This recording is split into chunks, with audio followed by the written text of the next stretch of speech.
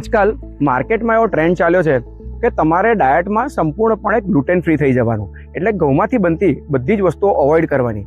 તો શું આપણે ઘરમાં બનાવેલી રોટલી ઘઉંની ના ખાવી જોઈએ, એના બદલે બાજરા અને જુવારની રોટી ખાવી જોઈએ? મારું નામ છે ડૉક્ટર કૈવંત શાહ અને હું છું પેટ, આંતરડા અને લીવરનો સ્પેશિયાલિસ્ટ.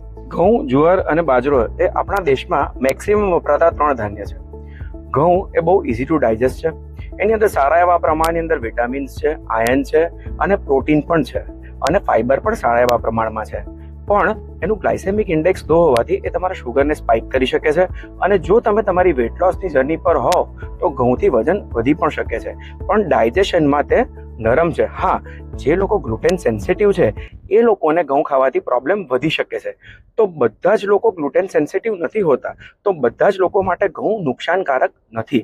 પણ જો તમને ડાયાબિટીસ છે કે તમે તમારા વજન ઘટાડવાની જર્ની પર છો તો એ જર્ની ઘઉં થોડું હેમ્પર કરી શકે છે. બીજા 2 ધાન્યો છે જુવાર અને બાજરો. જુવાર અને બાજરાની અંદર સારા એવા પ્રમાણમાં પ્રોટીન છે, ફાઈબર છે અને આયર્ન પણ છે. એ શુગરને જલ્દી સ્પાઇક થવા દેતું નથી, એટલે તમારી વેટ લોસની જર્નીને પણ સપોર્ટ કરે છે.